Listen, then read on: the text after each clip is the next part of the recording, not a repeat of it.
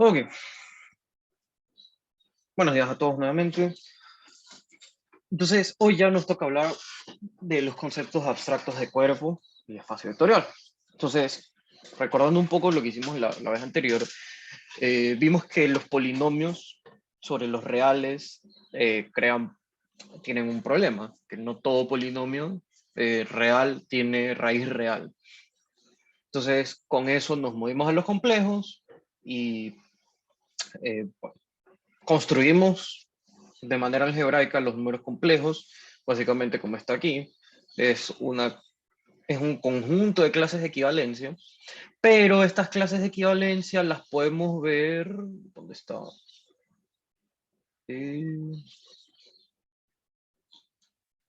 Más acá, o no está, no lo hicimos. Bueno, sí, lo podemos ver como pares ordenados, básicamente. Pares ordenados en R2 los podemos ver, los números complejos, como pares ordenados en R2. Y claro, solamente que tienen una multiplicación asociada, que es muy peculiar, pero simplemente es de sacar que i al cuadrado es igual a -1, básicamente. Entonces, todo lo que nos dijeron que vamos a inventarnos un número que se llama i, pues sí lo podemos hacer. Ok, y tiene unas cuantas propiedades este conjunto. En particular, lo que ya hemos hablado un poquito, que es un anillo, ¿verdad? Esto es un anillo, pues tiene suma, la suma es conmutativa, la suma es asociativa, tiene neutro, tiene inverso.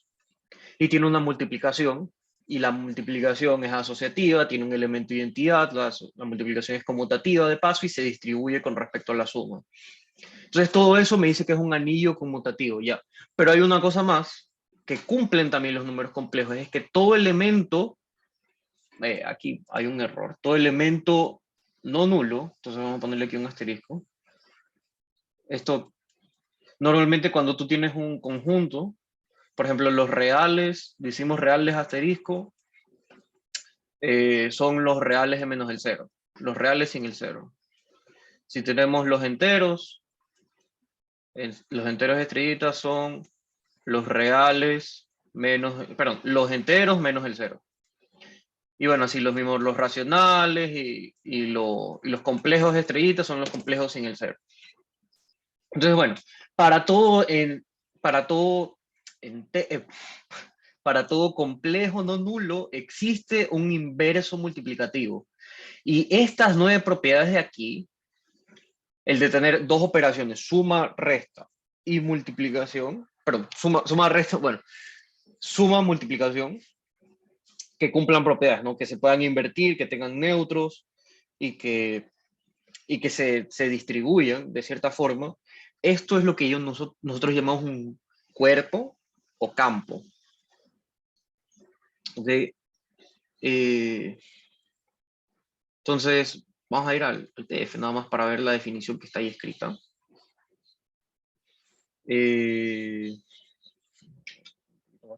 Entonces, la primera definición, es que un conjunto no ácido con dos leyes de composición interna, la suma y la multiplicación, ¿ok? Entonces vamos a decir que es un campo o cuerpo si cumple estas 9 cosas.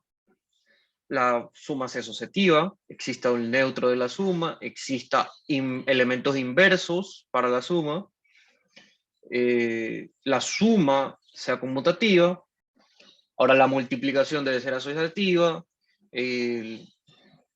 existe un elemento identidad de la multiplicación o un neutro de multiplicación. Para todo elemento del campo no nulo existe un inverso, existe existe el inverso multiplicativo, la multiplicación es conmutativa y la multiplicación se distribuye con respecto a la suma. Ahora, básicamente,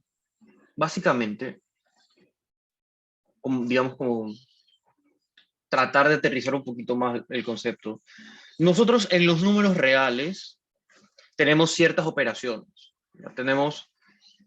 Voy a llamar operaciones. Podemos sumar, podemos restar, podemos multiplicar y podemos dividir. Eso podemos hacer con los números reales. Y vamos a considerar, por ejemplo, los racionales, los enteros y los naturales. Entonces, dense cuenta que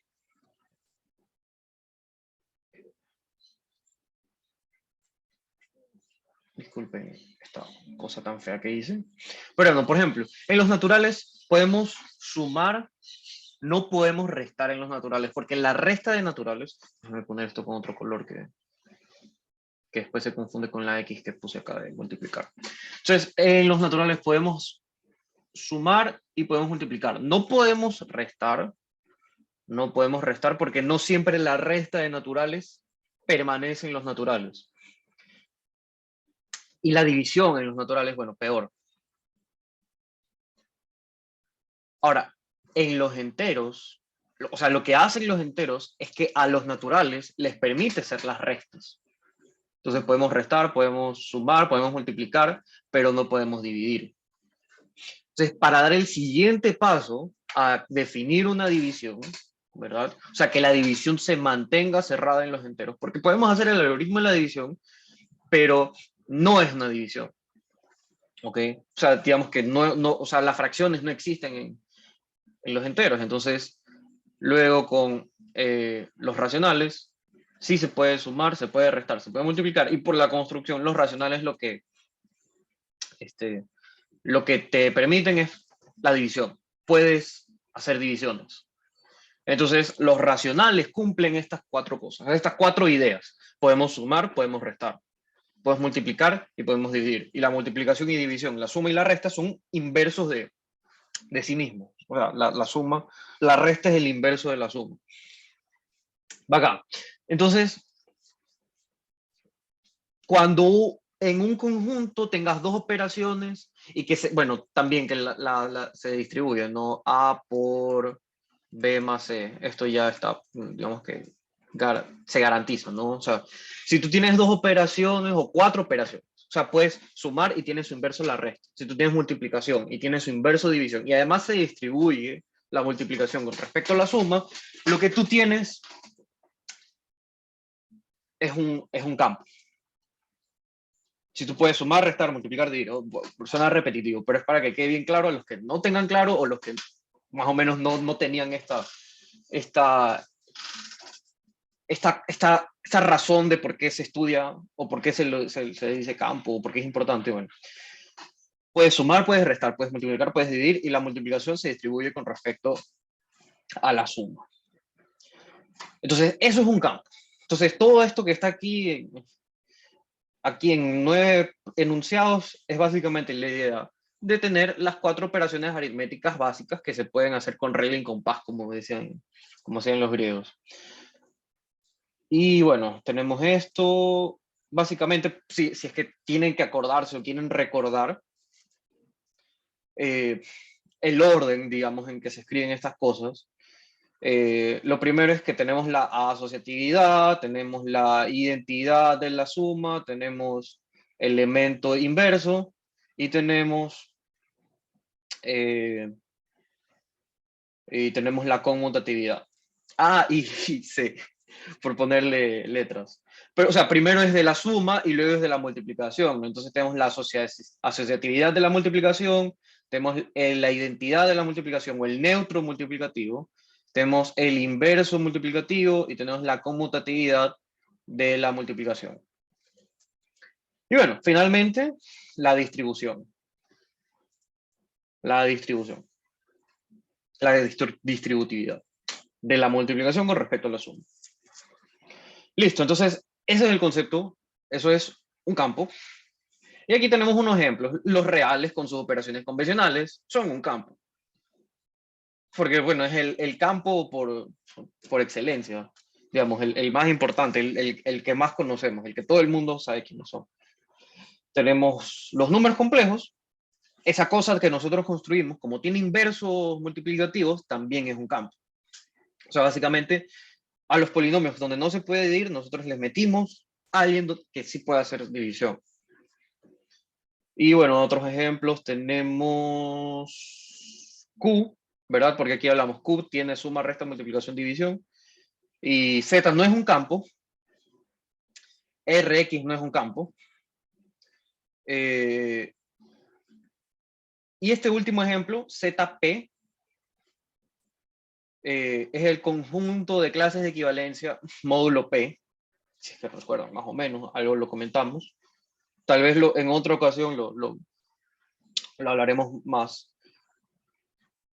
Pero ZP es un campo, con la suma de clases de equivalencia y el producto de clases de equivalencia. Como comentario, pues vamos a aclarar esto. ¿Quién es ZP? ZP, voy a hacer abuso de notación, y esto no es más que 0, 1, 2, hasta P menos 1, ¿verdad? Y sí, recuerden, hasta hablamos de la guerra, ¿no? del día D, de encontrar fechas y todo esto. La aritmética modular. Verás básicamente que cuando tú te sales de este conjunto, lo que haces es restar y volver al inicio, ¿no? O sea, si yo estoy en Z7, por ejemplo, los días de la semana, ¿no? 0, 1, 2, hasta 7. Bueno, sería hasta 7 menos 1, 6. Entonces, si yo estoy, por ejemplo, en 10, entonces voy contando. Entonces estoy 0, 1, 2, hasta el 6. Entonces, para ir al 7, ahora estoy en 7, 8, 9, 10. Ah, entonces el 10 es lo mismo que decir 3. Es lo mismo que decir 3. Entonces, bueno, este conjunto con estas operaciones de suma y producto de clases, por ejemplo, 2 por 6, eso es 12, pero a los ojos del 7, esto es 5. Entonces, no sé, pues, por ejemplo, digamos que quiero saber cuándo es quincena, ¿verdad? Si hay, no sé, digamos que el martes fue 15, el martes es 15, entonces fin de mes es el 30, entonces para sumarle 15, o sea, tengo que sumarle 15 días para saber qué día cae, por ejemplo. Pero lo mismo es avanzar una semana, que son 7 días, avanzar otra semana son 7 días y me quedaría en martes, entonces voy 14. Y para ir a 15, o sea, para sumar los 15 días, entonces para sumar los 15 días al martes, solamente tengo que sumarle un día. Bueno, eso es algo que se hace en la trivialidad del día a día, ¿no? O sea, si yo sé que hoy es martes, quiero saber en 15 días qué día va a caer. Pues va a caer miércoles, ¿verdad? Entonces el 30 va a caer miércoles. De hecho, creo que este martes fue 15, ¿no? Sí, martes fue 15 y voy al calendario y veo miércoles cae 30. Ah, y si quiero saber que en 16 días, pues fin de mes 31, entonces va a ser el jueves. Entonces no tengo que sumar 15 días, contar 15 días, sino que solamente avanzo un día y yo sé que va a caer miércoles. O si quiero el 31, pues sé que va a caer jueves. Bueno, entonces estos son ejemplos de campos. ZP, Q, C, R y cualquier cosa abstracta que se invente un matemático para molestarnos la vida va a ser un campo. Bueno, un ejemplo también que se usa bastante a veces en álgebra lineal es Z2, el conjunto binario, le dicen algunos, 0, 1. Porque, pues, binario de que solo hay dos, ¿no? Y claro, aquí la tabla de multiplicación y de suma es sencilla de construir, así que vamos a hacerla. 0 más 0 es 0, 0 más 1 es 1, 0 más 1 es 1, y 0, 1 más 1 es 2, pero a los ojos de 2, o sea, moverme 2 unidades es lo mismo que quedarme en 0. Y la multiplicación, 0, 0, 1, 1. Bueno, 0 por cualquier cosa es 0, y 1 por cualquier cosa es 1.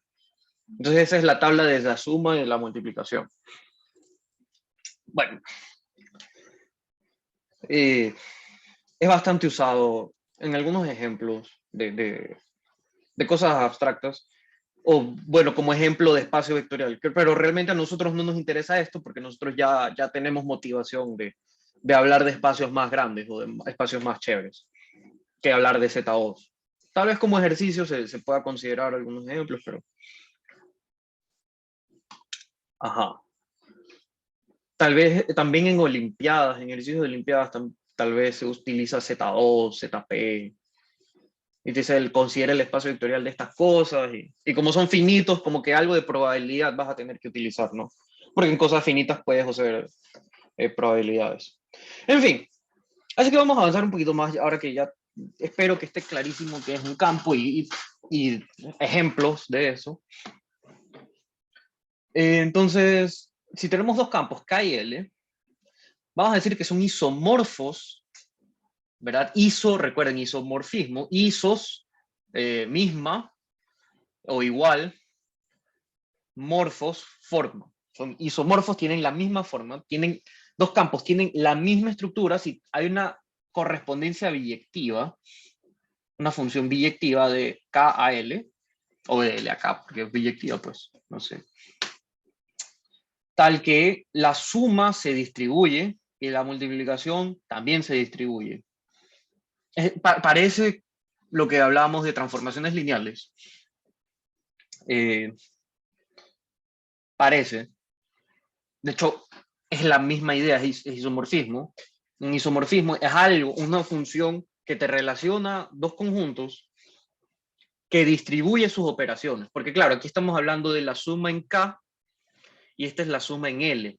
Esta es la multiplicación de dos elementos de K y esta es la multiplicación de dos elementos de L.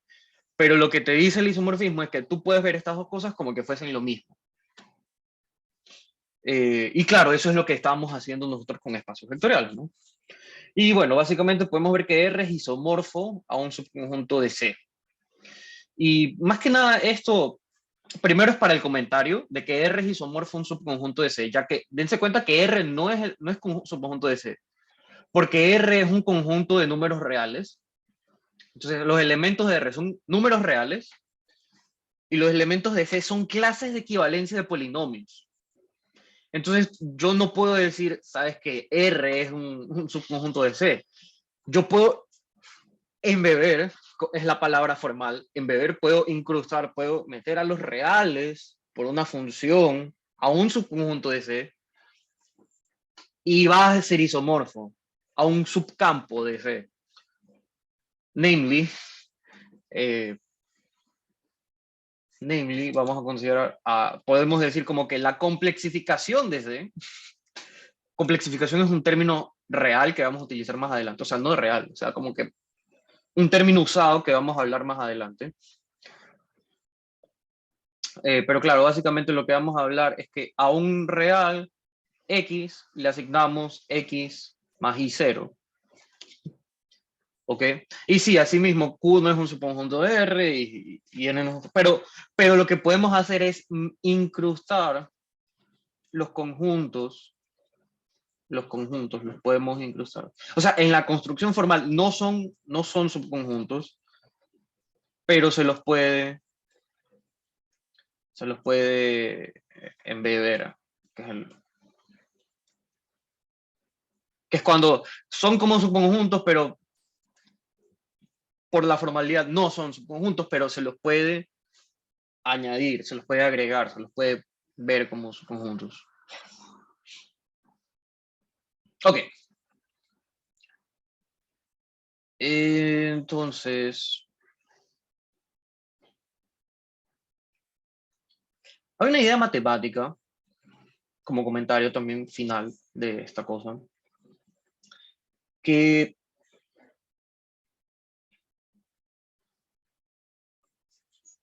es importante estudiar cuántos tipos de cosas diferentes hay. ¿A qué me refiero? Por ejemplo, nosotros en espacios vectoriales estamos hablando de isomorfismos. Entonces, si yo tengo B y W espacios de dimensión finita, entonces yo digo que son isomorfos, digamos así, son isomorfos. La clasificación, o sea, bueno, la caracterización es que tienen que tener la misma dimensión, ¿verdad? Y como tienen la misma dimensión, digamos dimensión finita,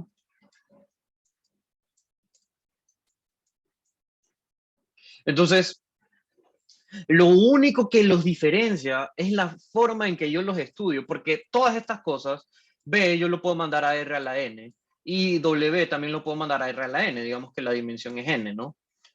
Entonces, básicamente lo que estoy haciendo es estudiar R a la N. Entonces, solo hay un tipo de espacio vectorial de dimensión N, que básicamente es R a la N.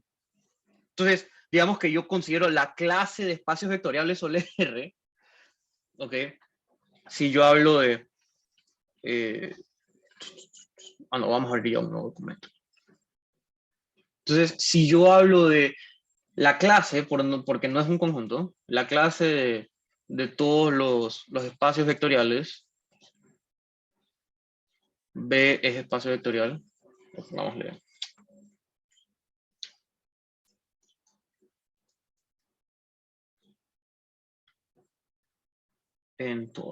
Entopas. ¿Qué? ¿Qué cosa? B espacio vectorial.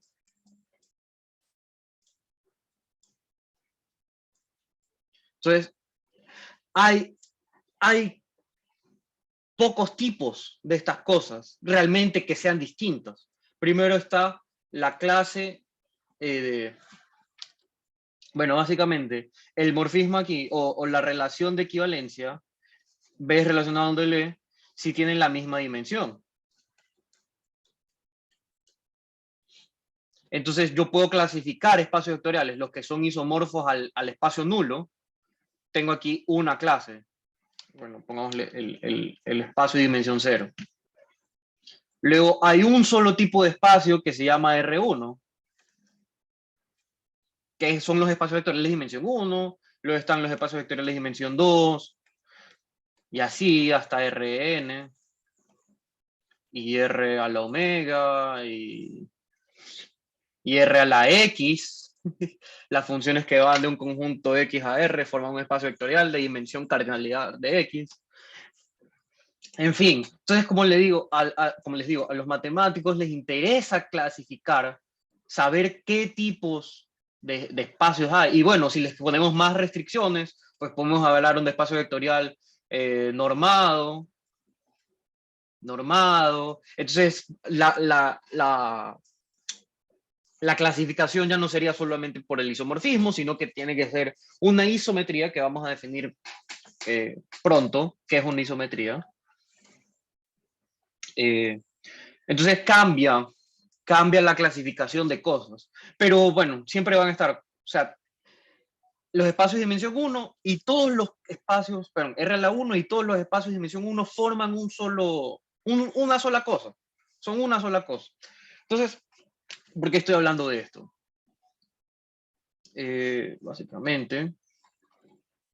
Básicamente, es que hay un solo conjunto como los números reales. Hay un solo conjunto como los números reales. Ok, solamente como comentario quería decir esto. Porque los números reales, además de ser un campo, es un campo, los números reales tienen un orden. Un orden que se comporta bien. Digamos, que se comporta bien.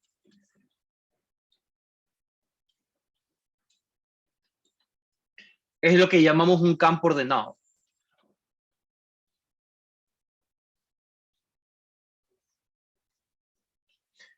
Y por último, tiene una propiedad que se llama la propiedad de la mínima cota superior o la propiedad del supremo.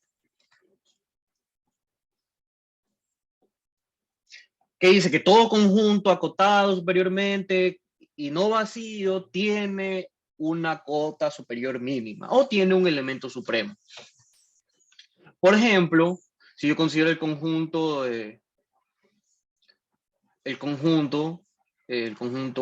A de todos los X números reales, tales que X al cuadrado es menor que 2, y pongámosle que X sea mayor que 0. Entonces, este conjunto es acotado superiormente, es no vacío, porque bueno, el 1 al cuadrado es menor que 2, Y la cota superior, la mínima cota superior o el supremo de este conjunto es raíz de 2. Entonces, hay un solo conjunto, o mejor dicho, hay un solo o hay una sola clase de campo ordenado con la propiedad del supremo. Y esos son los números reales. Ahora, si yo encuentro otro que es un campo ordenado que tenga la propiedad del supremo, tiene que ser de ley isomorfo a R. O sea, tiene que tener la misma forma. O sea, no puedo tener dos objetos, campos ordenados con la propiedad del supremo que no sean isomorfos. Así como yo no puedo tener dos espacios vectoriales de dimensión 2 que no sean isomorfos. Es imposible que no encuentre un isomorfismo entre los dos. Siempre va a haber un isomorfismo entre dos espacios vectoriales de dimensión 2, dimensión 3, dimensión n. Siempre van a ser isomorfos. Asimismo, solo va a haber un conjunto de números reales. No existen otros conjuntos de números reales. Entonces, cualquier construcción que yo obtenga de los números reales va a ser equivalente por este hecho. Porque solamente hay un campo con un orden que respeta las operaciones de campo, que básicamente lo que significa es que si yo tengo A menor que B, entonces A más C es menor que B más C. Y si yo tengo un número C mayor que 0, entonces A por C va a ser menor que B por C, que son las propiedades del orden de los números reales. Bueno, en fin, entonces aquí termina la primera parte sobre campos y hablar un poquito del orden y de la unicidad de los números reales. Así que, no sé si tengan alguna pregunta, un comentario o algo que aportar más a lo que dije. Porque bueno, ustedes saben mucho más de estas cosas, creo que yo.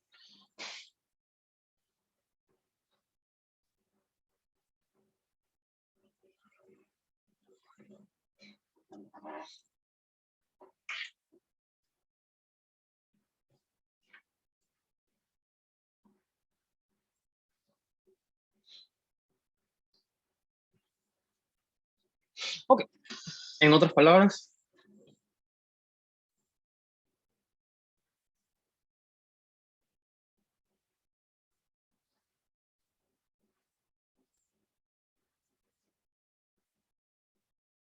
todo cuerpo ordenado completo es isomorfo a los reales, exactamente. Solo hay un tipo de...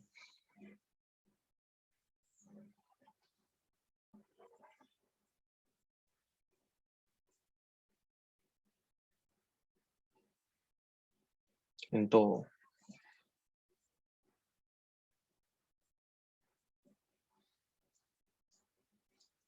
Ok, muy bien. Entonces, vamos a ver. Entonces, hay un poco de cosas que se pueden definir. Si tenemos un número no nulo, definimos las potencias, x a la n, básicamente es repetidas veces multiplicar. Entonces, x a la 0, como x no es nulo, x a la 0 es 1, y x a la n va a ser x1 por x a la n menos 1, cuando es mayor que 0, yo puedo hablar de la resta, ¿no? Y también se define x a la menos n como x a la menos 1 a la n. Y si x es 0, definimos x a la n como 0 para todo n y no está definido para n no positivo. Y finalmente definimos también las fracciones, ¿no? O sea, simplemente lo que nosotros ya tenemos en los números reales o en los racionales, por último también, que hablamos de potencias o de fracciones, podemos hablar en cualquier campo de potencias y fracciones. Claro, potencias enteras, porque hay algo que no se puede definir fácilmente, que es la exponenciación. Por ejemplo, hablar de x a la y con xy en un campo no es permitido. No siempre se puede hacer en cualquier campo. Porque necesitábamos hablar de el señor E, que es aproximadamente 2.7172, creo, algo así. Y de logaritmos. para hablar de exponenciación necesitamos eso, y para eso necesitamos series, necesitamos análisis matemático, y no.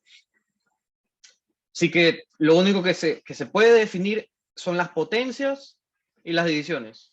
Y bueno, con las potencias se pueden hablar de polinomios también. Los polinomios en cualquier campo K son las funciones de K a K del tipo f de x igual a 0 más a1x hasta a sub m x a la m. Entonces, sí, en cualquier campo podemos hablar de potencia, y como podemos hablar de potencia, hablamos de la combinación de potencias de un x, y entonces tenemos un campo. Perdón, tenemos polinomios. Tenemos el anillo de polinomios. Y esto va a ser útil para cuando hablemos de los polinomios asociados a matrices. Muy bien.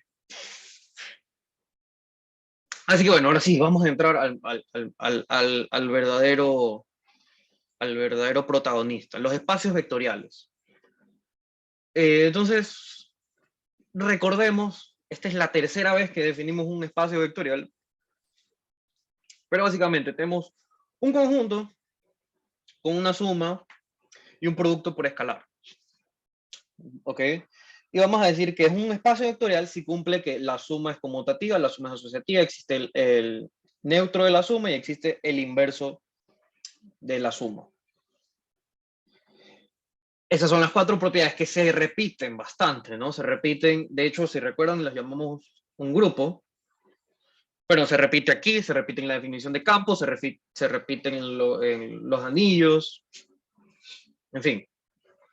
Y segundo, las operaciones por escalar se distribuyen y se comportan bonito. Por ejemplo, si multiplico un escalar por la suma de vectores, es la suma de vectores escalados. Y la suma de escalares multiplicado a un vector es la suma del vector escalado por cada uno. Y el producto por escalar es asociativo, y multiplicar por uno te da el mismo vector. Y los ejemplos inmediatos de espacios vectoriales son, si tenemos un campo, el producto cartesiano del campo, K a la n, es un espacio vectorial con las operaciones de suma y producto por componentes. Que es básicamente lo que hemos hecho con R a la n. Eso es un espacio vectorial, con la suma y producto. Solo que en lugar de considerarlo en R, lo consideramos con C. O cualquier otro campo. Por ejemplo, ZP a la n es un espacio vectorial que se usa bastante en criptografía y todas esas notas. Si consideramos ahora el conjunto de funciones que van de un conjunto X no vacío a K, ¿verdad? Recuerden que K a la X son las funciones que van de X a K. Entonces, este conjunto, con la suma de funciones y producto por escalar de función, es un espacio vectorial sobre K. Así que sí, son los primeros ejemplos inmediatos que ya hemos visto y que bueno, son buenos recordarlos. Ahora los podemos trasladar a cualquier campo. Ok, y bueno, nosotros vamos a trabajar siempre sobre R o sobre C. Entonces, realmente lo que estamos haciendo ahora es un repaso de todo lo que hablábamos en R, lo copiamos, lo pegamos, y en lugar de R hemos puesto K, un campo cualquiera. Y así, bueno, podemos definir la combinación lineal, y podemos hablar de subespacios vectoriales. Un subespacio vectorial es un conjunto cerrado, no vacío, cerrado bajo combinaciones lineales. Y claro, alguien que seguramente, si recién está viendo esto, pues le va a parecer abstracto esto y ni por qué importarle una combinación lineal. Pero nosotros sabemos ya por qué nos interesa hablar de combinaciones lineales. Hablamos de las combinaciones de direcciones y las combinaciones afines y las rectas y los planos y todo eso. Entonces, básicamente lo que estamos haciendo es movernos un paso más a la abstracción. Un momento.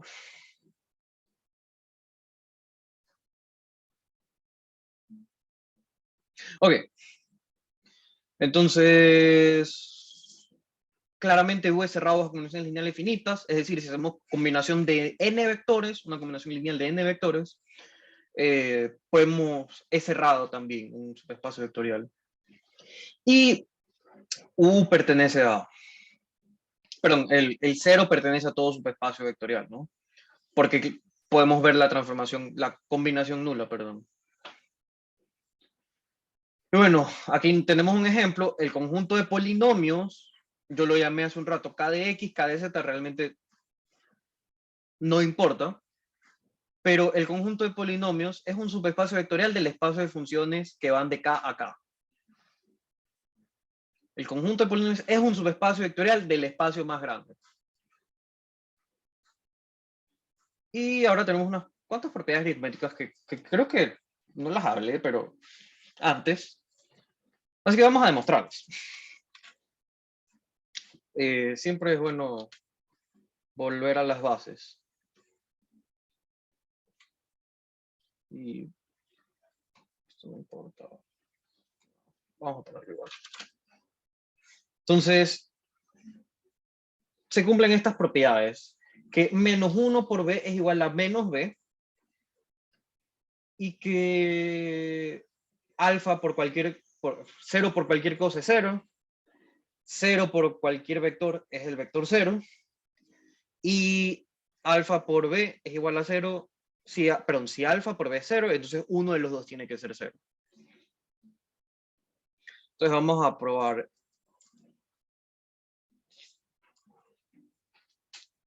Noten que esto sea igual a esto, menos 1 por b es igual a menos b, es equivalente a decir que menos 1 por b más b es igual a 0. Si sumo b en ambos lados, entonces tengo menos 1 por b más b es igual a 0. Entonces vamos a probar que eso es 0. Si probamos que eso es 0, entonces restamos ambos lados por b y está lo que queríamos. Entonces vamos a poner 1, sea b en v. Entonces tenemos que menos 1 por b más b es igual a menos 1 por b, pero recuerden que el elemento de identidad también es identidad para los vectores. Entonces, b es lo mismo que 1 por b. Pero ahora yo tengo la multiplicación. Uy, no. Voy a usar un argumento circular. Pero bueno, aquí me va a quedar menos 1 más 1 por b. Y ahora me queda menos 1 más 1, eso es 0, por b. Y ahora, tal vez esto debería estar más acá. Después. Porque aquí voy a usar el hecho de que 0 por cualquier cosa es 0. Entonces deberíamos probar que 0 por cualquier cosa es el 0 vector. Entonces vamos a probar eso ahora. Entonces, bueno, pues perdón. 1 menos 1 es 0. Claro, 1 menos 1 es 0, pero 0 por cualquier vector tiene que ser 0, 0b. Entonces vamos a probar que sea b cualquier vector.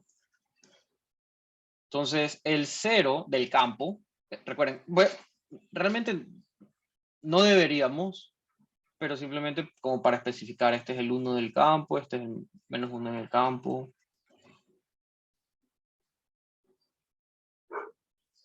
Este es el 0 del campo y este ahora es el 0 de b. O por ejemplo, es tener un vector 0, Disculpa, ¿cuál es 1? 1. 1 es la identidad del campo. No, me refiero a 1, o sea, a la proporción 1. Ya. La proposición 1 es que menos 1 por b es menos b. Es que esa creo que es independiente de la 3 y partes de que 1 menos 1 es 0 y de ahí distribuye. No, sí, Sí, dependiente. sí depende. O sea, creo que se puede hacer de otra forma, pero creo que la más natural es hacer esta. O sea, primero mostrar que 0 por cualquier cosa es 0. Entonces, bueno, 0 por b es lo mismo que 0 más 0, ¿verdad? Porque 0 es el neutro, entonces 0 más 0 es 0 por b. Y bueno, este es el 0 en el campo, este es el 0 en el campo, este es el 0 en el campo. Y ahora como la multiplicación por escalar es distributiva, básicamente lo que tengo aquí es 0k por b más 0k por b.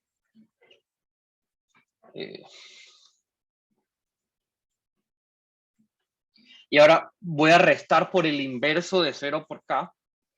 O en otras palabras, puedo hacer la ley cancelativa.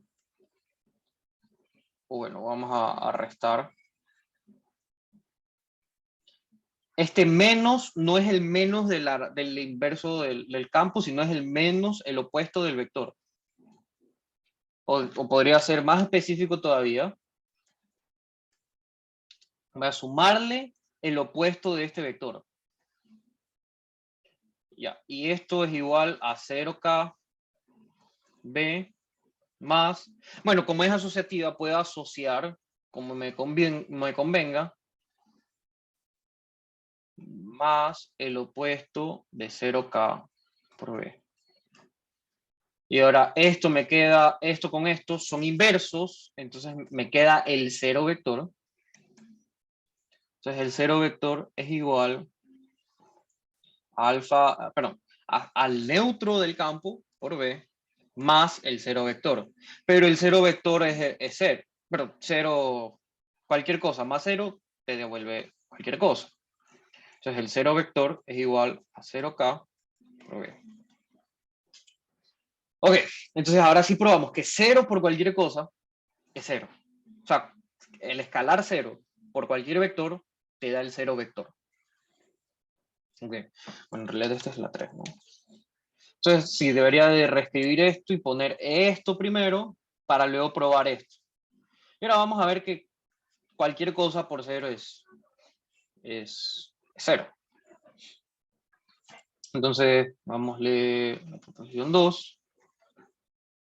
Sea cualquier número, cualquier escalar, cualquier elemento del escalar. Del campo escalar, perdón. Cualquier escalar, alfa. Entonces queremos ver que alfa por el 0 vector es igual a 0. Queremos ver eso, pero esto es lo mismo que alfa, el 0 vector más el 0 vector. Esto es alfa del 0 vector más alfa del 0 vector. Y ahora nuevamente puedo hacer la ley cancelativa y me va a quedar el 0 vector es igual a alfa por el 0 vector. Entonces, el vector 0 por cualquier escalar te da 0. Bacán. Y esto sí no depende de ninguno de los otros dos. Ok, y finalmente, ahora vamos a probar que si un producto es 0, uno de los dos tiene que ser 0. Entonces, vamos a suponer que el producto de esto es 0, el 0 vector, ¿no? Y que alfa no es 0. ¿Ok? Porque, bueno, recuerden que probar una disyunción, puedo suponer que uno de los dos no se cumple y llegar a la otra proposición, ¿no? Por ejemplo, si yo supongo que no es 0, entonces tengo que llegar que esto es 0. O si supongo que esto no es 0, tengo que llegar a que esto sí es 0. ¿Ok? Pero es más bacán suponer que alfa no es 0. ¿Por qué? A ver, supongan que alfa por b es 0 y que alfa no es 0. Entonces, como no es 0, existe alfa a la menos 1. O en otras palabras, 1 sobre alfa en el campo, tal que alfa a la menos 1 por alfa es igual a la identidad. Ok, entonces lo que voy a usar es que como alfa por b es igual al 0 vector, entonces alfa a la menos 1 por alfa por b es igual a alfa a la menos 1 por el 0 vector. Ahora esto puedo asociarlo y me queda alfa a la menos 1 por alfa por el vector cualquiera, y esto me queda por la propiedad anterior, cualquier cosa que multiplica 0 es 0.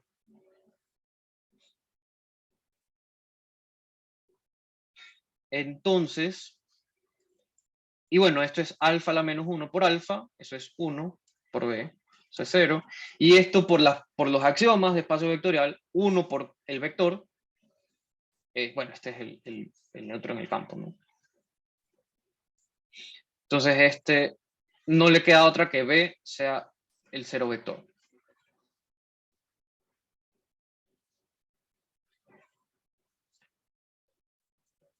Listo. Entonces, bueno, esto siempre se hace, creo que en las primeras clases de álgebra lineal. Bueno, vamos a ver las propiedades aritméticas, ¿no? Entonces, 0 por cualquier cosa es 0, 0 a cualquier cosa es el 0 vector, el menos 1 por el vector es el inverso del vector, y si la multiplicación es 0, entonces uno de los dos es 0. O los dos. Pero uno de los dos tiene que ser 0. Ok, no sé, ¿alguna pregunta?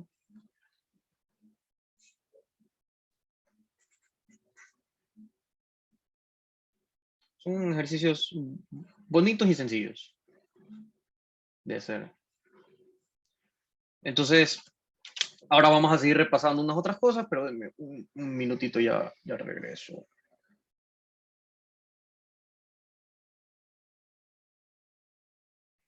Listo, entonces vimos las propiedades aritméticas. Ahora, como les decía, vamos a hacer el repaso de cosas que ya sabemos. Por ejemplo, si tenemos una familia de subespacios vectoriales de B, la intersección también es un subespacio vectorial. Y con esto podemos definir el generado. El generado es el subespacio vectorial más pequeño, es decir, la intersección de todas estas cosas. De hecho, uno de los compañeros que está en el curso, bueno, en las sesiones, hoy no se pudo conectar, pero me dijo que lo que estamos viendo es el ínfimo en una cosa, es espectacular. No me acuerdo qué es lo que él estaba estudiando, pero como he mencionado, cada vez que hablamos de la intersección de esto, estamos tomando el más pequeño. O sea, podemos hablar del generado por anillos. Entonces, si tenemos un anillo J, perdón, un ideal J de un anillo, o un conjunto, llamémoslo, un elemento X, subconjunto de un anillo. Entonces, el generado por X es la intersección de todos los ideales tales que contengan a X, ¿no? Y que Y sea ideal. O la topología generada, la sigma álgebra generada, el álgebra generada. Todas esas cosas que quizás en algún momento hablemos cuando ya estemos hablando de análisis y teoría de la medida. Entonces, la idea de tomar el generado como el más pequeño no es una novedad. Y claro, digamos como que el álgebra lineal es de los primeros pasos que damos para poder abstraer muchas cosas, muchas ideas. De hecho, esto lo conversaba ayer con un profesor, con Ángel Wale, que decía que la teoría de Galois, o Galois, se escribe Galois, si no saben, la teoría de Galois habla de teoría de categorías. Es una categoría de hablar de relacionar los homomorfismos, ¿no? De campos con sus grupos. Esa idea es novedosa y se le ocurrió a Galois antes de que exista todo esto de espacios vectoriales o de teoría de categoría misma, ¿no? Entonces, bueno, del álgebra podemos llegar a muchas cosas, ¿no? Eso es lo que quiero decir. Del álgebra y álgebra lineal podemos llegar a todas las ramas de las matemáticas. Con todas las ramas podemos encontrarnos en algún punto, ¿no? Bueno, decimos que un conjunto de vectores es linealmente independiente. La forma clásica de expresarlo, que es nada intuitiva, es que la combinación lineal es cero, si solo sí, todos los escalares son cero. O la definición geométrica que nosotros vimos es que si nosotros sacamos un vector, el generado ya es distinto. Para cualquier vector que saquemos, el generado tiene que ser distinto. ¿Ok? Y caso contrario, si no se cumple esto, decimos que B es linealmente independiente. Es decir, que existe un vector que al sacarlo pertenece al generado del resto, o que esta combinación lineal existen escalares que hacen que esta combinación lineal no sea cero. Y otras palabras, tú puedes despejar uno de los vectores y ver que es con una combinación lineal de los otros. ¿Ok? Y bueno, si tenemos un subespacio, diremos que B es una base si el generado del conjunto es U y el conjunto B es linealmente independiente. Entonces, como ejemplo, Entonces, si tenemos un campo cualquiera, con el 0, el escalar 0 y el escalar 1,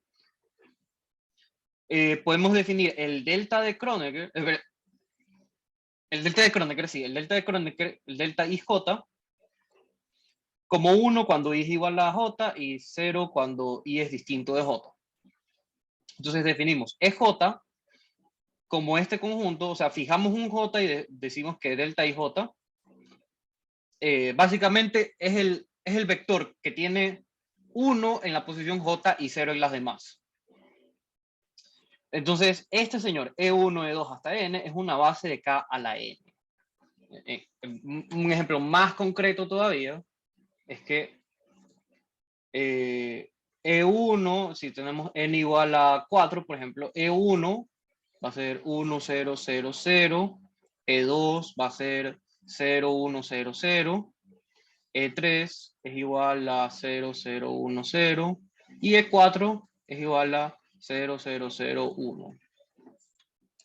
Entonces, E1, E2, E3, E4 es una base porque cualquier vector X, X1, X2, X3, X4, yo lo puedo ver como X1, E1, más X2, E2, más X3, E3, más X4, E4. Ok, bacán.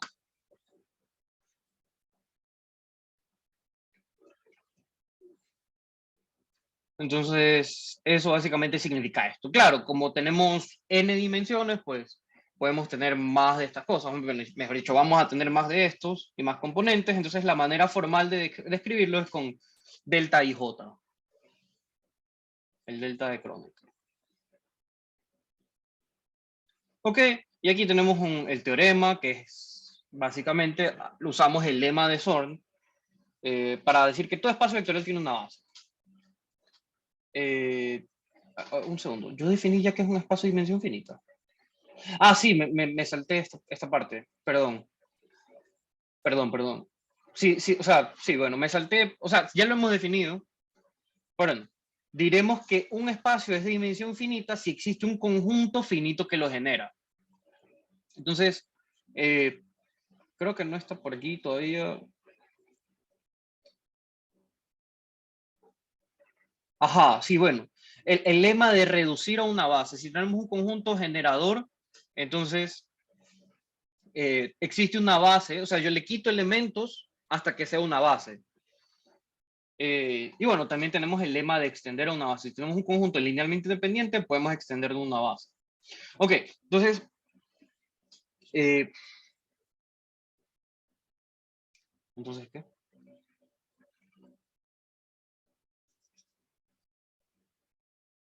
Ah, ya, entonces, cuando tenemos un espacio vectorial de dimensión finita, simplemente es generado por un conjunto finito.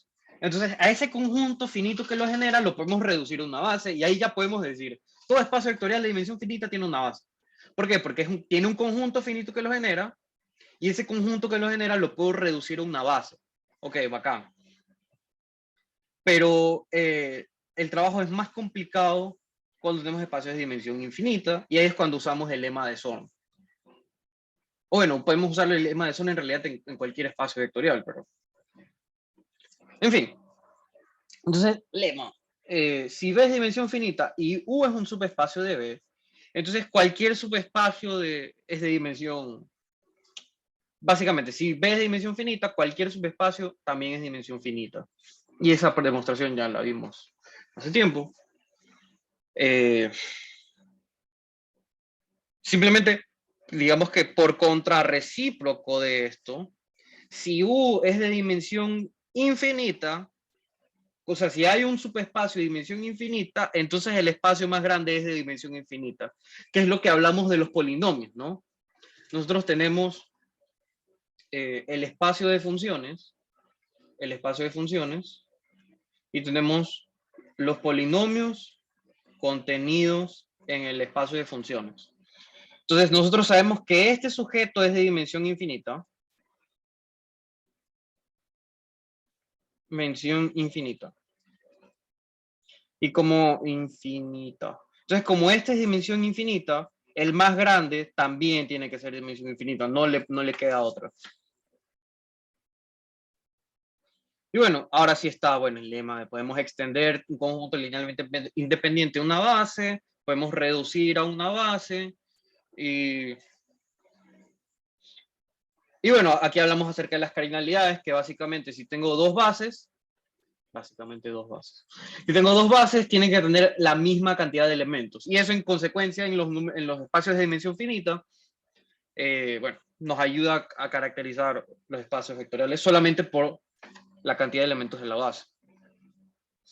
Porque, bueno, básicamente, estos teoremas, estos resultados que vamos a afirmar ahora, solo sirven en espacios de dimensión finita. Que si yo tengo un conjunto generador de B, y si B tiene la misma dimensión, si la cardinalidad del conjunto B es igual a la dimensión de B, entonces dice que B es una base. No siempre eso es cierto. ¿Ok? Entonces, de hecho, por esto vamos a revisar esto ahorita y demostrarlo. Y bueno, también la otra consecuencia es que si tengo un conjunto linealmente independiente y su cardinalidad es igual a la misma del espacio, a la dimensión del espacio, entonces tiene que ser una base. Y esto no siempre funciona en espacios de dimensión infinita. Entonces, ¿alguien tiene alguna idea por qué? ¿O se imagina por qué?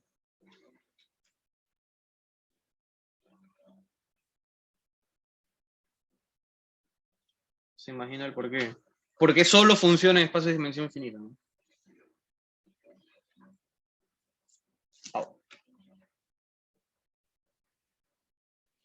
¿Cómo sumas infinitos elementos? Esa es una buena pregunta. O sea,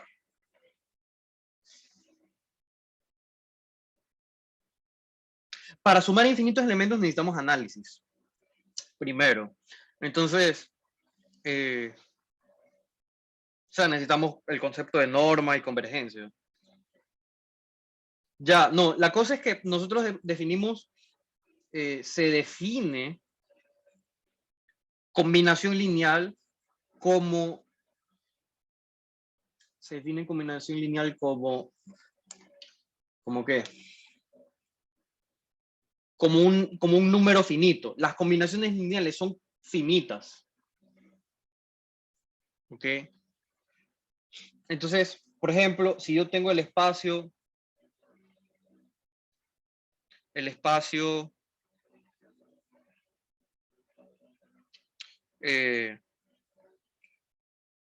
de sucesiones, ¿verdad? Vamos a llamarlo K a la omega, o podemos llamarlo K a los naturales, cualquiera de las dos.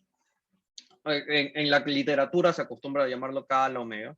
Bueno, K a los elevado a los naturales, recuerden que son las funciones que van de los naturales, vamos a llamarlos X, que van de los naturales a K. ¿Y por qué les digo sucesiones? Porque, bueno, básicamente las sucesiones son funciones que van de los naturales a K. Pues. Entonces, claro, a KdN le asociamos KdN. Entonces, X son tuplas, bueno, X0, X1, X2, son tuplas infinitas, o sea, son sucesiones. Son sucesiones de números, de elementos de un campo. Entonces, este conjunto, una base de este conjunto, son los E. E0, E1, E2, perdón. ¿Quiénes son estos E0? E0 es la sucesión 1, 0, 0, 0, en adelante. La base, el elemento E1 es 0, 1, 0, 0. Y esto ya lo conocemos, no es el delta de Dirac, pero ahora es infinito. O sea, EJ es el delta IJ, y ahora va desde 0 hasta igual, pero bueno, hasta infinito, ¿no? Sea lo que sea infinito, aunque no lo hemos definido formalmente, pero en el caso de dimensión infinita es esto. Bueno, esta es la base canónica. Y miren que la cardinalidad de la base, creo haber leído que no es como. ¿No qué?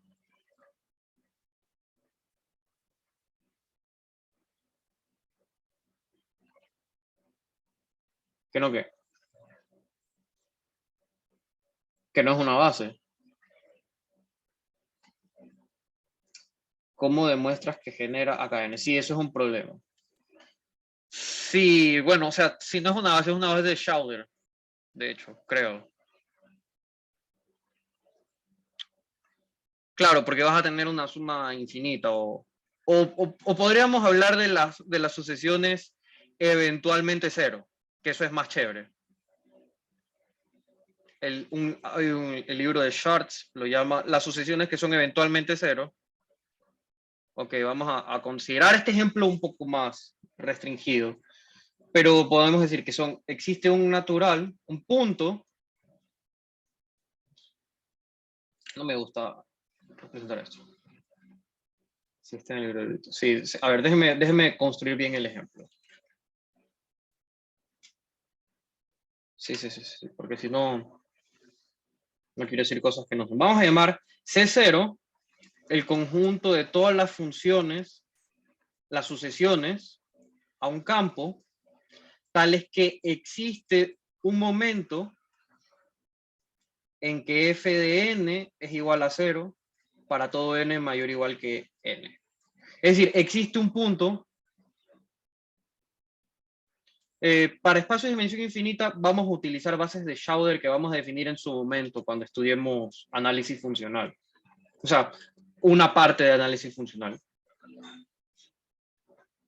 Ok, entonces C0, este elemento B, ahora sí vamos a decir E1, E2.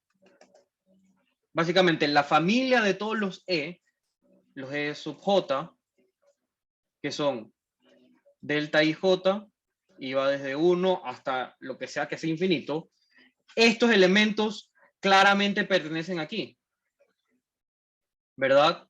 Los EJ pertenecen a C0 y cualquier elemento, si yo tomo una sucesión en C0, yo lo puedo ver como X1, X2, hasta X un N, donde el resto son 0. Después todos son 0.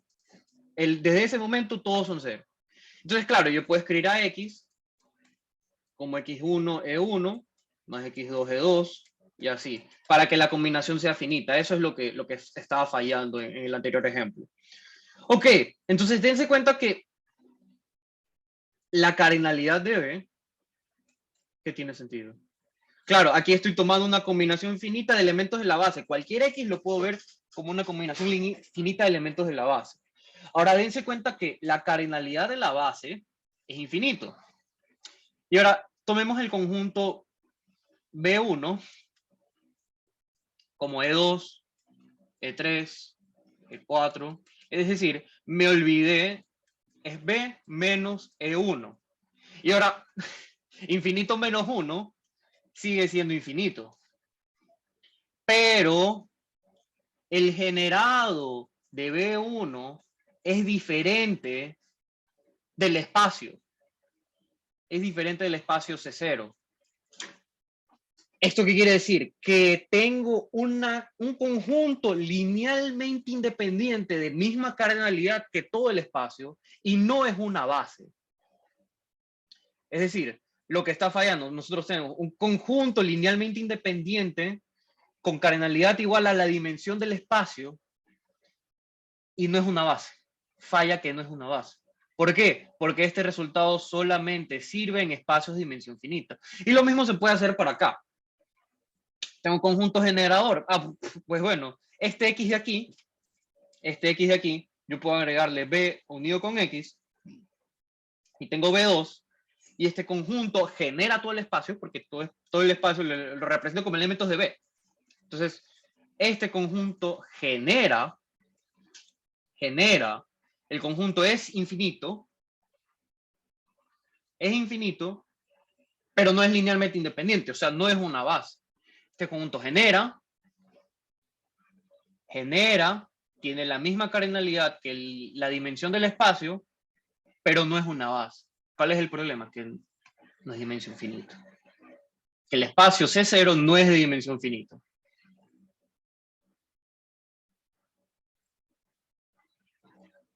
Vamos a ver mejor.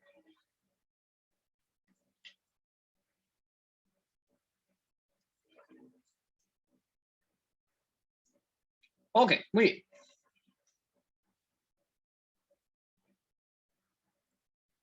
Existe un momento en que todos los elementos se hacen cero. Eso se llama las fusiones eventualmente cero. Muy bien, chicos. Entonces, ahora que hablamos de los ejemplos donde no funciona esto, vamos a ver, ahora sí, por qué esto funciona en espacios de dimensión finita.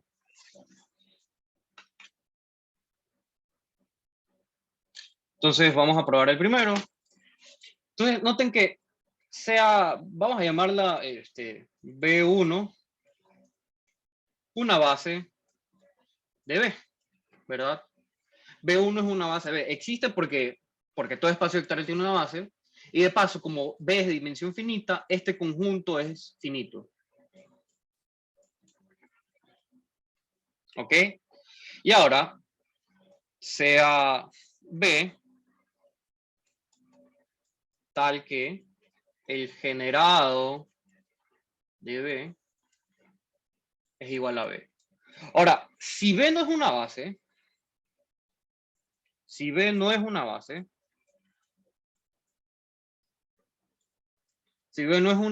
entonces existe, puedo reducirlo a una base.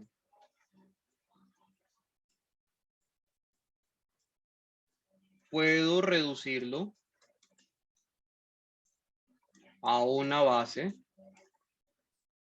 B', y pongámosle que es estrictamente distinto que B.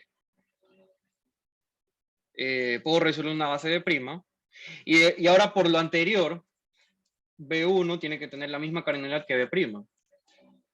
Esa notación. Perdón. Podemos reducirlo B' a un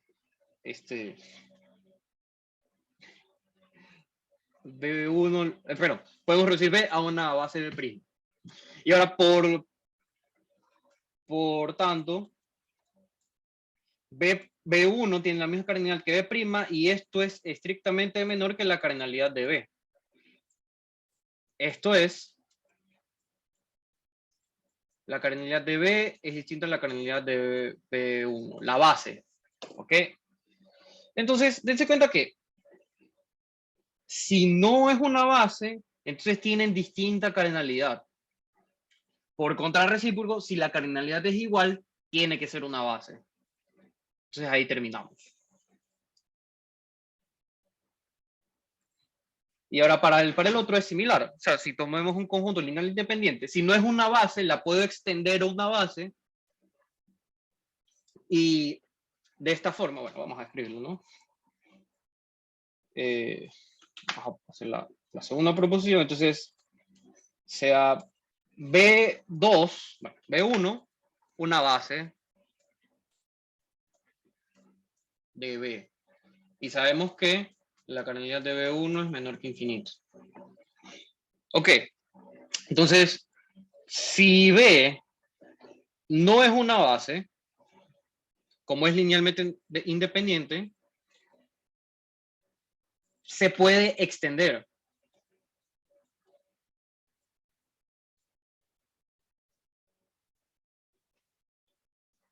Base de V.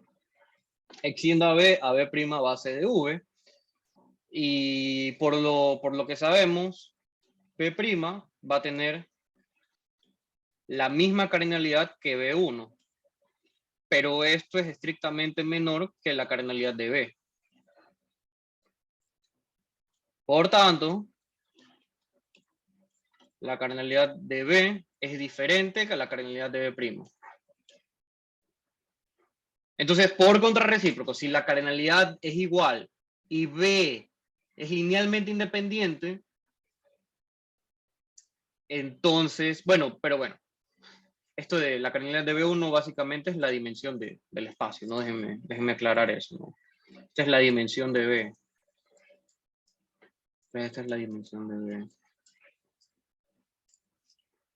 Y claro, ¿dónde está el hecho de que es finito? Todo esto es finito. Pues aquí, para hablar que el cardenal es estrictamente menor. Porque si fuesen infinitos, no necesariamente el cardenal va a ser menor. Porque bueno, el infinito menos un número finito es infinito todavía.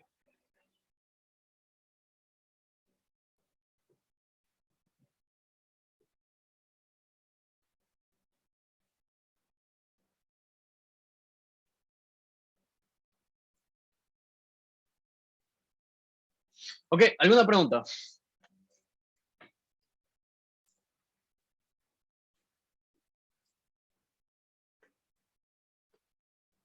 Y sí, sí, es fácil, ¿no? El ejemplo tal vez no fue fácil o no es fácil, digamos, de digerirlo tanto. Voy a agregarla aquí a las notas, ¿no? A las notas le voy a agregar infinito es que no es finito, claro. ¿Qué cosa?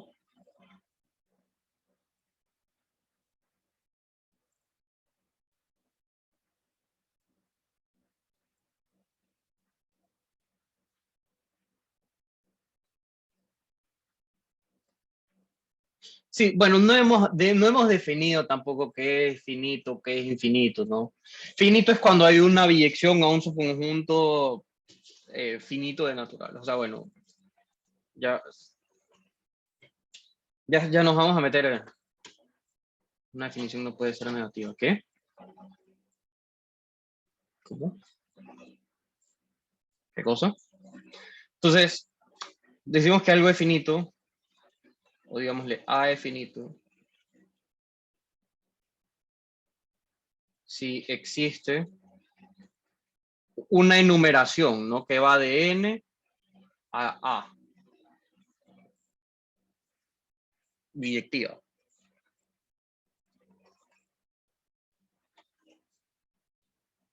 O bueno, con ser inyectiva. No, sobre. Tiene que ser sobre. Pero bueno, más se prefiere decir que algo es finito si existe una enumeración biyectiva. Y equivalente, bueno, si A no es finito,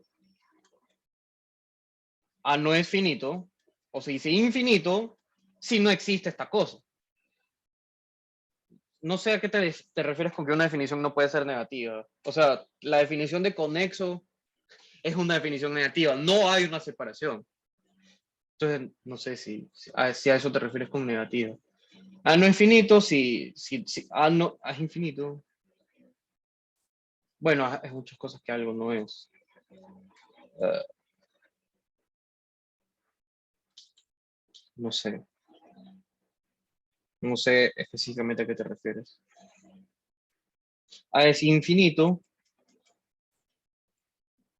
si no es finito. Y una caracterización, o como muchos toman de definición de infinito, es que existe un subconjunto tal que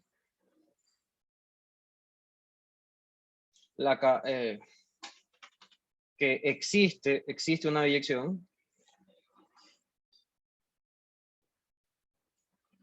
F de B a A, un subconjunto propio. O si usan la notación cursiada de que B no es A.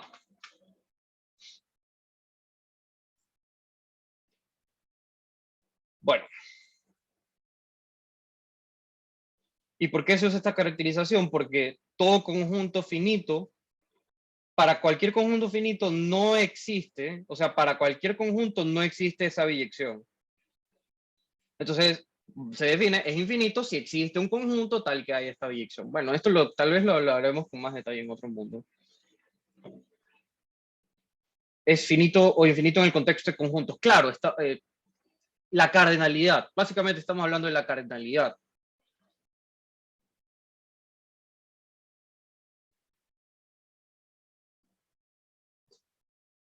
Nos vamos a ir de puñete, confirmen. Sí, claro, un conjunto infinito y es que de aquí se define el cardinal como la clase de equivalencia, la clase, porque es una clase, de todos los conjuntos tales que existe una biyección. El cardinal. Y claro, esto se lo llama Aleph 0 cuando es el caso de los biyectivos con los naturales. Bueno, en realidad este debería ser algo así, perdón.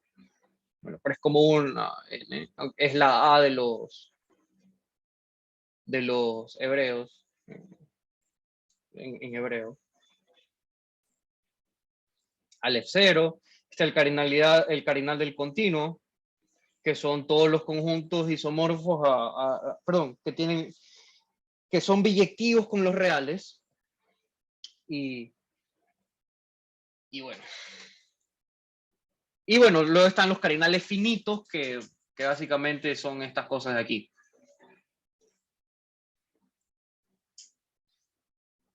Ok, suficiente divagación de la teoría matemática. Entonces, recordando más cosas, ya para terminar esto y entrar a lo importante ya en la próxima sesión, podemos hacer operaciones entre espacios, la suma, que es el espacio generado por la unión. Y luego tenemos la fórmula de Grassmann, que la dimensión de la suma es igual a la suma de las dimensiones menos la dimensión de la intersección, que se parece a la cardinalidad de la unión de conjuntos, ¿no? Y vamos a decir que están en suma directa si esto es cero. Si esto es cero, vamos a decir que están en suma directa. Y también se define el espacio producto. Como agrupar dos elementos del espacio vectorial. Y la suma se comporta por componentes y la multiplicación por escalar se multiplica por componentes también. Y aquí tenemos que si son espacios vectoriales de dimensión finita, la dimensión del producto es la suma de las dimensiones. Y bueno, empezamos a definir transformaciones lineales. La transformada de una combinación lineal es la combinación lineal de las transformadas. Entonces, eso es una transformación lineal. Y aquí hay un ejemplo. T de Z1, Z2, Z3, Z1 menos Z2 y Z2 más Z3 es una transformación lineal. Entonces, para probar eso, hay que probar que se distribuye con la suma y la multiplicación por escalar o que la combinación lineal es la combinación lineal de las... La imagen de la combinación lineal es la combinación lineal de las imágenes. Bueno, si suponemos que B y W son espacios vectoriales del mismo campo K, definimos el conjunto de las transformaciones lineales. Es un espacio vectorial con la suma y producto por escalar.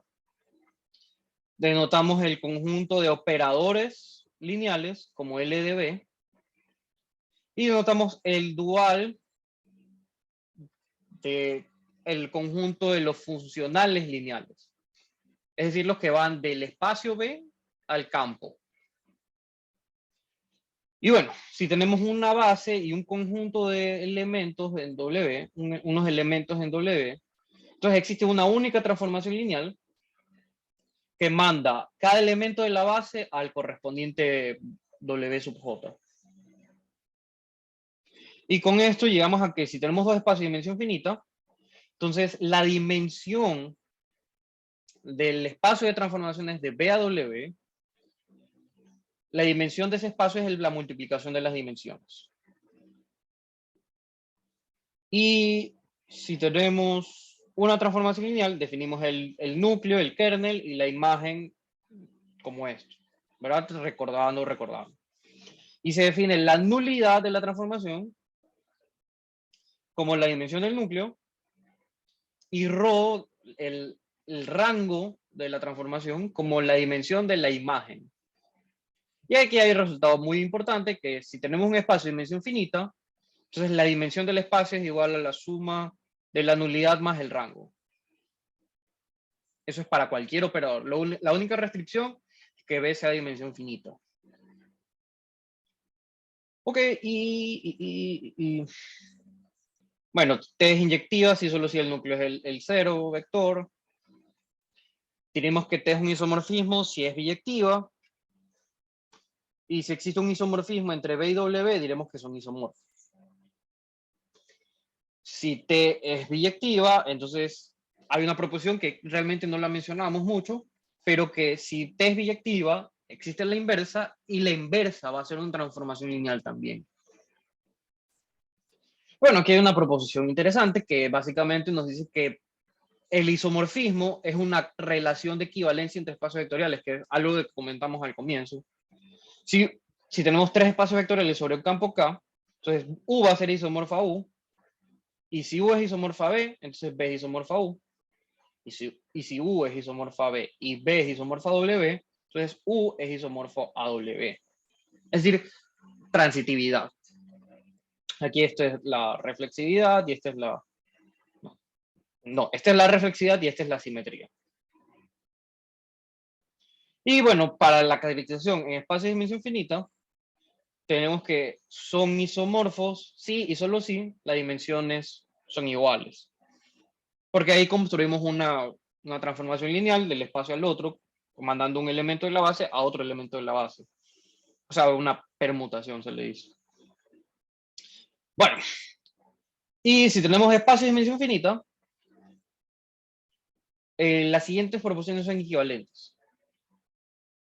T es biyectiva, eso implica que T es inyectiva, y si es inyectiva va a ser sobreyectiva, y si es sobreyectiva es biyectiva. Y esto debe ser en realidad sobre espacios de misma dimensión. O sea, la dimensión de B tiene que ser igual a la dimensión de W. Tengo que corregir esto.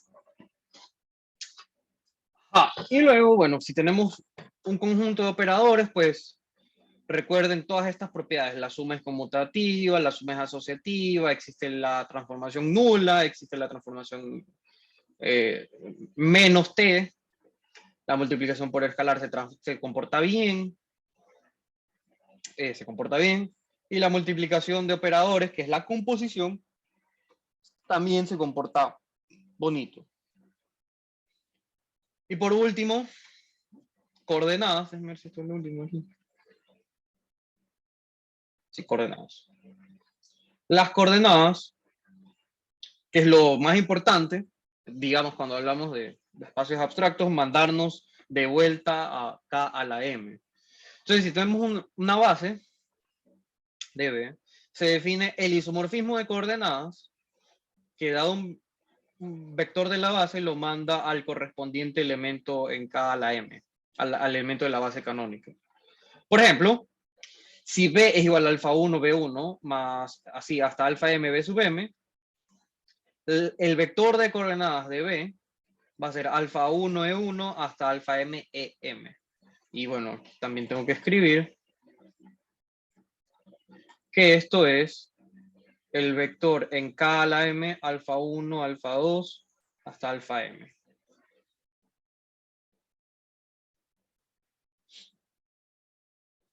Y bueno, dada una transformación lineal en espacios vectoriales de dimensión finita, con bases B sub B y B sub W, respectivamente, podemos asociar la matriz, recuerden, una matriz, una transformación, bueno, nosotros lo vimos de Rn a Rm, lo podemos ver como una función lineal que va de K sub n a K sub m.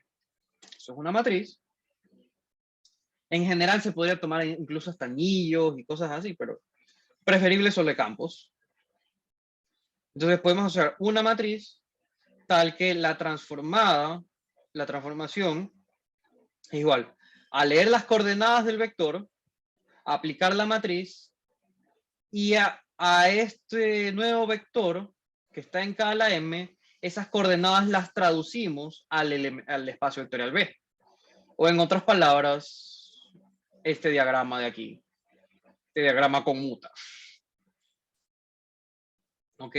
Se denomina a esta matriz A la representación matricial de T con respecto a las bases B sub B y B sub W. Esto hasta ahora solo es un repaso de todo lo que hemos visto. Sí, se toma sobre un anillo, en lugar de espacio vectorial se llama módulo, pero las matrices, bueno, las matrices siguen llamándose matrices. Y por último, nada, aquí hay un ejemplo de que la representación matricial de este señor con respecto a las bases canónicas es esto. ¿Por qué? Porque al elemento 1 de la base lo mando al 1, 0. El elemento 2 de la base, por ejemplo, 0, 1, 0, eso lo manda a menos 1, 1. Menos 1, 1. Recuerden, las columnas representan las imágenes de los vectores coordenados, los vectores de la base. Entonces, si yo veo la transformada de 1, 0, 0, esto me manda a 1, 0. Si aplico la transformada de 0, 1, 0, estoy igual. Reemplazo en Z2, pongo menos 1. Menos 1, menos 1 y el resto 0. Entonces me queda menos 1, 1. Y la transformada de 0, 0, 1 es igual a 0, 1. Y bueno, podríamos aquí afirmar inmediatamente que la matriz es de rango completo, porque la imagen, esta transformación es sobreyectiva. No. O sea, la imagen de la transformación, sí, claro, es sobreyectiva. Sobreyectiva, eso quiere decir que el núcleo es el 0. No, el núcleo no es el 0 porque está este sujeto. Está este sujeto que es una combinación lineal de los otros. Ya ni sé qué estoy diciendo. Claro, el núcleo tiene dimensión 1. A ver, la dimensión del espacio de partida, C3, es 3. La dimensión de la imagen de la matriz, como es sobreyectiva, va a ser 2. Entonces, esto no le queda otra que la nulidad de la transformación va a ser 1. Entonces, bueno, podremos preguntarnos qué sujeto hace que la transformación sea 0, ¿no? Vamos a ver, ¿quién hace que la transformación sea 0? Entonces tenemos que resolver el sistema de ecuaciones. Z1 menos Z2, Z2 más Z3 es igual al 0. Pero aquí vamos a sacar inmediatamente que 1 va a ser Z2 y que Z3 va a ser igual a menos Z2. Entonces el vector va a ser Z2, Z2, menos Z2. Es una solución del sistema homogéneo. En otras palabras, o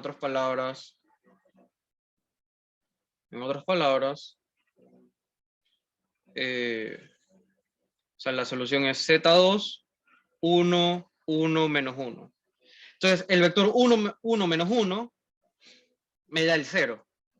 Entonces, el núcleo de la matriz es una recta generada por el vector 1, 1, menos 1. Ese es el núcleo de la matriz. Y bueno, hasta aquí hemos llegado hoy.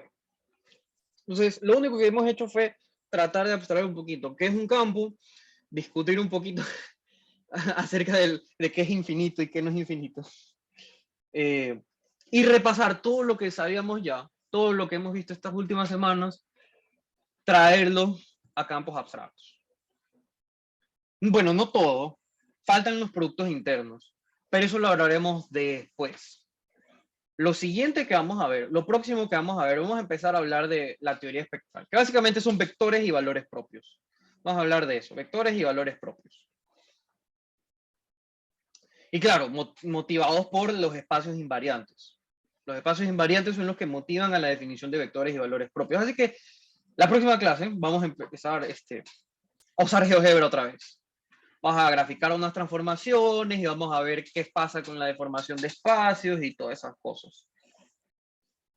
Ok, entonces, no sé si tengan alguna duda, algún comentario. Si no, nos vemos ya la próxima ocasión.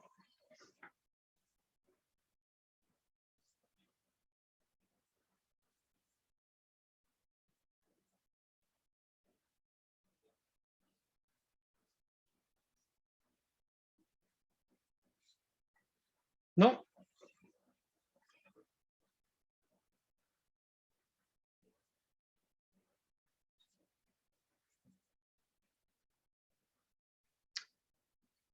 El teorema de elección no es válido en dimensión infinita.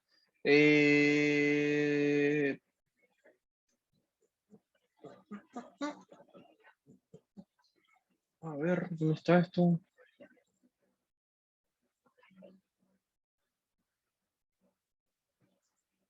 Esto, el núcleo de la transformación más el rango de la transformación. ¿Qué pasa si...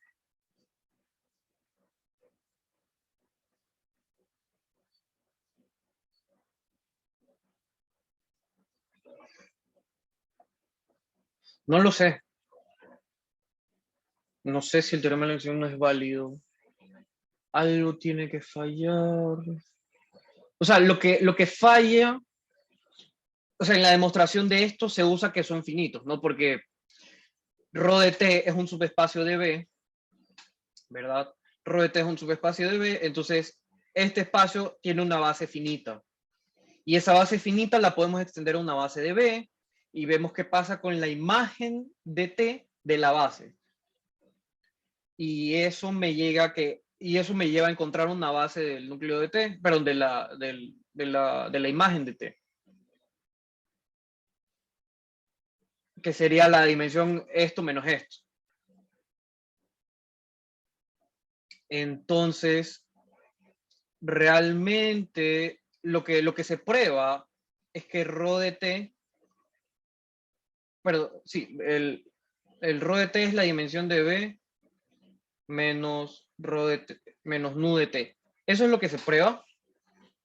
El problema es que, claro, la resta de cosas puede ser infinita. Entonces te queda infinito menos infinito. Y eso es una indeterminación.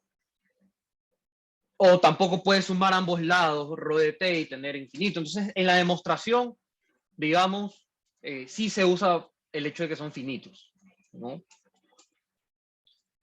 Ahora la pregunta es, bueno, ¿y qué pasa? ¿Existirá transformación que no o que sí? Porque claro, infinito más infinito y sigue siendo infinito, entonces no te va a decir nada tampoco esto de aquí. Entonces, no lo sé. Porque... Sí, o sea, creo que primero no nos va a decir nada interesante, ¿no? No nos va a decir nada interesante, que infinito sea la suma de dos cosas infinitas. Ahora, lo que sería interesante es preguntarse si puede ser que esto sea finito, ¿verdad? Si yo defino una transformación, no sé, digamos de C0, que es el espacio que estamos estudiando, a R a la N, de C0 a R a la N, o bueno, K a la N, de C0 a K a la N, y que estas dos cosas sean finitas. Si esas dos cosas son finitas, noten que eso nunca va a ser igual a la dimensión del espacio. Entonces, bueno, sería interesante encontrarlo. Podríamos dejarlo ahorita así y ponernos a sacar el ejemplo. O sea, ya para la próxima sesión discutirlo. Porque creo que tardaríamos en encontrarlo, en validar o no el caso de dimensión infinita. O sea, pero principalmente yo creo que si es de dimensión infinita, primero no nos va a decir nada. Saber que infinito es igual a infinito más infinito, ¿no? Segundo, lo interesante sí sería pensar que si es de dimensión infinita y que estas dos cosas sean finitas, entonces nunca va a ser igual a esto. Así que sí, entonces, bueno, no sé si hay alguna otra duda, alguna otra inquietud que quieran preguntar ahora. O también así dejarlo de problema para la próxima vez. Entonces digamos que la tarea es, bueno, mi tarea primero es seguir traspasando las notas y mi segunda tarea va a ser encontrar este ejemplo de B de dimensión infinita y que estas dos cosas sean finitos.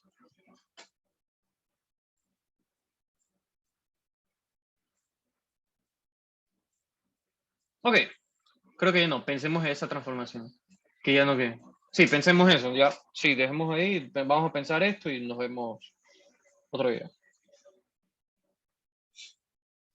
Listo, chicos. Nos vemos entonces. Cuídense. Chao.